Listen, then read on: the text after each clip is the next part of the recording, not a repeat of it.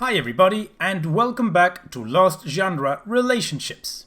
How important do you think your significant other's parents influenced in your decision to be with them? Well, that's what happened to our next OP. This one's from user Staring at the Sun featuring SZA. Entitled Mom ends my engagement and gets me banned from a steakhouse all in one night. I can finally air my uncensored frustration about the night my engagement was single-handedly corrupted by my entitled mother-in-law. Let's call her Ellen, because she always reminded me of Ellen DeGeneres, even before all this recent news broke. Okay, so my girlfriend and I were really engaged to be engaged.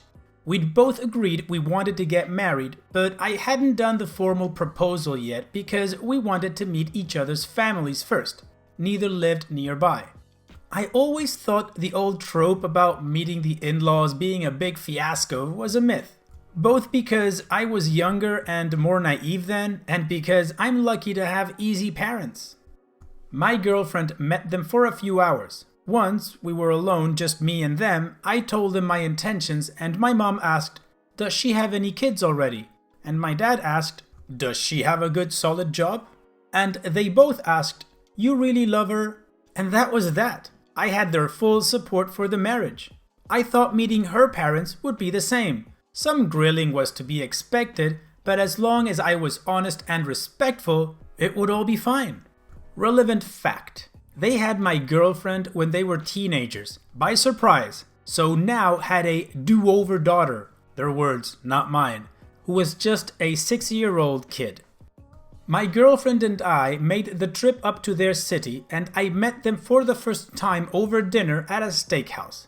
It was pretty upscale and we'd scheduled the dinner for 8 p.m. So I was surprised to see they'd brought the kid along with them. I met everyone at once and the initial awkwardness settled once we'd sat down. We were making great small talk when the 6-year-old said she was thirsty. No big deal, right? Well, all of a sudden, Ellen starts screaming, "Water! Water! Water!" A waiter came rushing over to see what the commotion was and without even making eye contact with the poor guy, Ellen went, "We've been here forever, and no one's even gotten us any water. My daughter's been asking." We had been sitting for about 15 or 20 minutes without service, but they were visibly behind, and there were no circumstances that would have warranted that shouting. I should have realized from how unfazed everyone else at the table was that I should be bracing myself for a long night, but I couldn't imagine what was to come at that point. The waiter rushed over with water and apologized for the delay, explaining a few very large parties had arrived all at once. The guy seemed sincere and quite affable, so I thought the water would just be an anomaly in an otherwise pleasant night. Then Ellen kicked into full gear. "We'll need a kids menu," she informed the waiter. He said that they didn't have a kids menu, but that the chef could simplify most dishes. "What do you mean you don't have a kids menu?" Ellen replied in total disbelief, as though he'd said they didn't have a fire exit. He explained they didn't get too many child visitors and that there were enough plain foods on the menu that no separate menu had ever been necessary. Ellen sighed dramatically and waved him away. Literally, without saying a word, waved him off the table. I tried to give him an apologetic glance, but understandably, he didn't look back our way. I was so glad the poor guy left and didn't have to be subjected to her anymore. Meanwhile, she turned her attention on me, and I almost wished he'd come back. At least he was getting paid to be there. She was like, "So you're a screenwriter?" And I explained, well, yes and no. I want to be, but it's hard to get a job in that field that you can support yourself on. So I'm working at a non-profit right now. There's a screenwriting component to the job though, so I'm really happy there. Ellen turned to her 6-year-old and went, "Hear that, hun? You want to be sure to snag a man who works for profit. Learn from this. It's not too late for you." I couldn't tell if she was trying to be funny or not, so I just let it pass, looking over to my girlfriend to see if she was even considering speaking up on my behalf. Nope. The waiter came back, visibly nervous. That hurt, because he was so relaxed and personable at the start of the meal. He asked if we'd like to hear the specials before we ordered, and Ellen said sure. So the waiter starts saying, "First we have a lightly seared strip steak," and Ellen cuts him off with a "next." The waiter tries to continue with another special, and she again cuts him off, "next."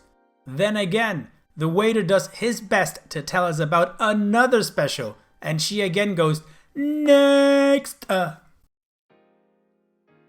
And on until he'd gone through all 7 or 10 specials, even though she ultimately ordered off the menu a plain ribeye well done. She tried to order her daughter the same, but the kid said she just wanted plain mashed potatoes. So Ellen let her get mashed potatoes alone for dinner. Then she sent the waiter away. The rest of us hadn't even ordered yet, and everyone else just sat there like it was entirely normal. I waited for someone to say something, thinking it was more her older daughter, my girlfriend's, place or her husband's. But when no one did, I couldn't help myself. Was the one steak and potatoes going to be for all of us, or? My girlfriend explained in the tone you'd use for a tourist violating a sacred local taboo. "My mom always has the waiter put the kids' food in first, so it can get started right away. We'll order once the kitchen has hers." I thought she was joking, since Ellen didn't just order her kids' food, she also ordered her own dinner too. So I laughed. "Something funny?" Ellen asked. Then I realized she was serious, and I shut up. Thankfully, her dad at least recognized that what was normal for them might not be as regular to me, and tried to lighten the mood with a change of topic. But not even 10 minutes after we'd ordered, I'd guess technically 5 minutes after we'd ordered, 10 minutes after she and her daughter had ordered, Ellen started in again. Another table that had been there long before we were got a side order of mashed potatoes with their meal. Ellen threw a total conniption. She was sputtering so inaudibly that none of us could figure out what was wrong at first. Finally, she managed to flag down some busboy who barely spoke English and began laying into him like he'd just sideswiped her on the freeway. He kept trying to explain he wasn't a server and he could go get one, but she wouldn't stop to breathe long enough for him to find someone who could actually help. All the while, I kept looking at my girlfriend for signs of embarrassment, or at the very least irritation. But you wouldn't have known if she was even hearing any of this. Our waiter came over, somehow still feigning a smile despite knowing what he was walking into. And Ellen actually goes, "Why did that table get mashed potatoes and ours haven't come yet?" The waiter kindly but concisely explained, "Well, ma'am, those people ordered potatoes before your party had placed their order." Ellen looks this man dead in the eye, finally, and says, "Well, it doesn't matter when they ordered it. My daughter is the youngest one here. Her food should come out first." You could tell the waiter was working hard to restrain himself at this point. He explained it was a first come, first served policy, and age didn't help one way or the other. He offered to go check on the potatoes. Ellen agreed, or more specifically she said, "Yeah, you better." But I was clocking him and he went right back to his server station, because we had only just ordered a few minutes ago.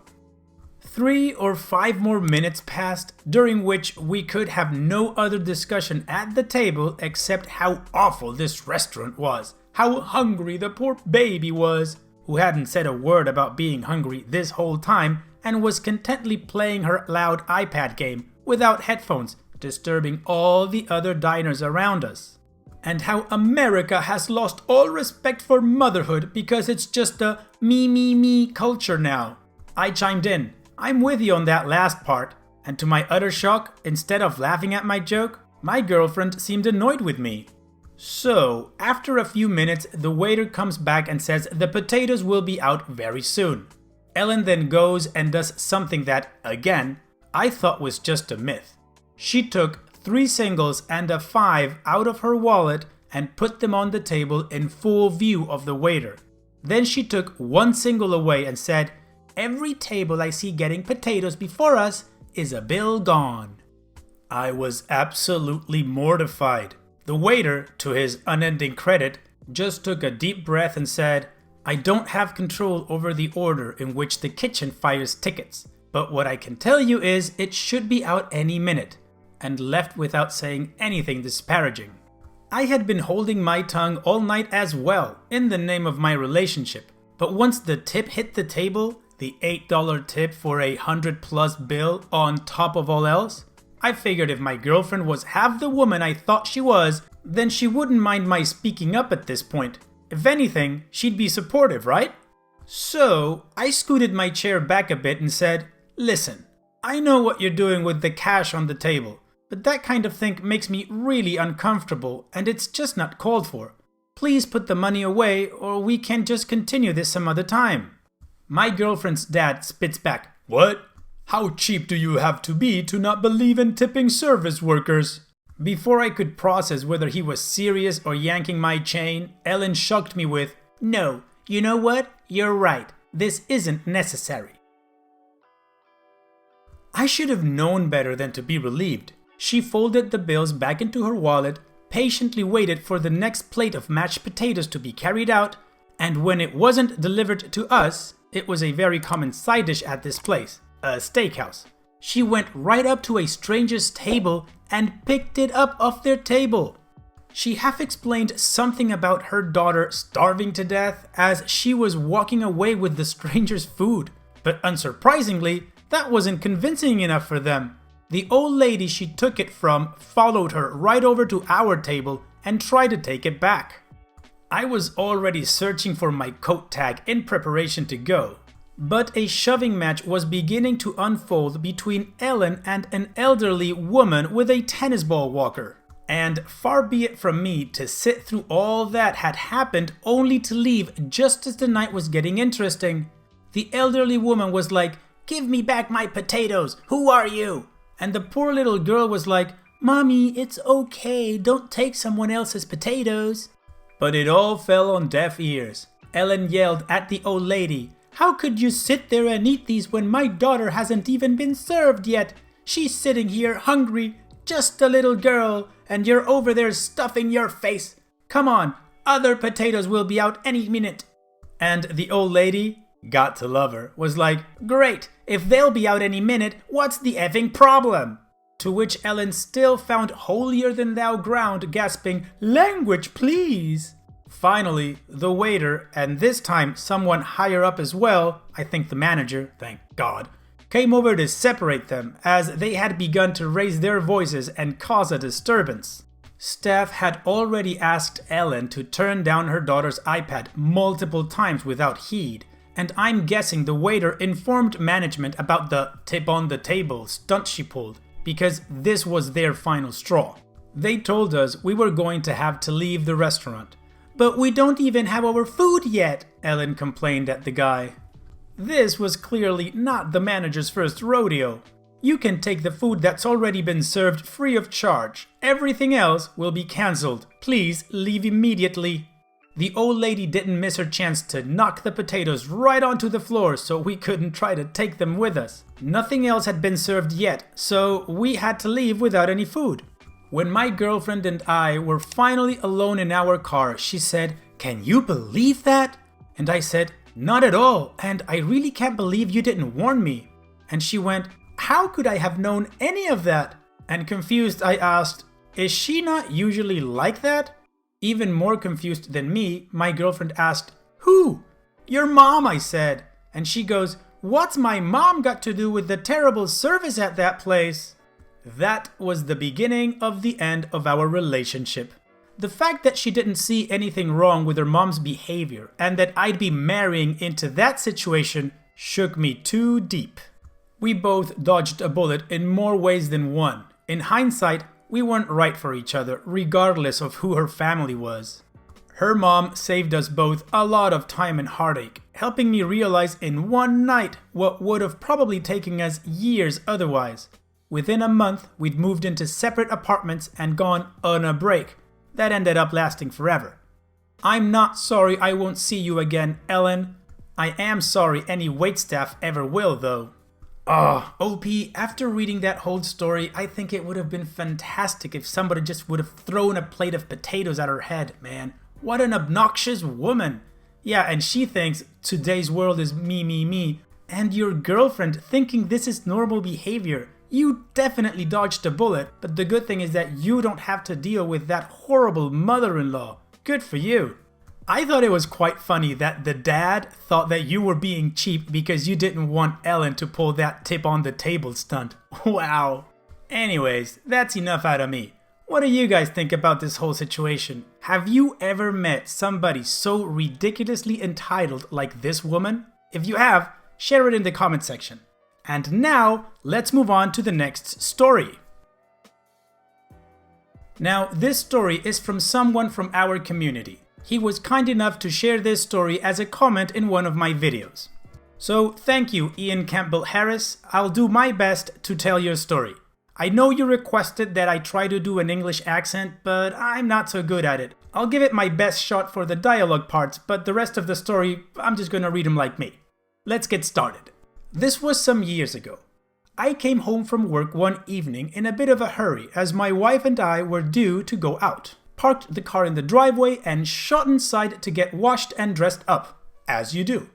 When we came out, some moron had parked his car right across our driveway. Now, in the UK, if you have a dropped curb, it's illegal to park across someone's driveway.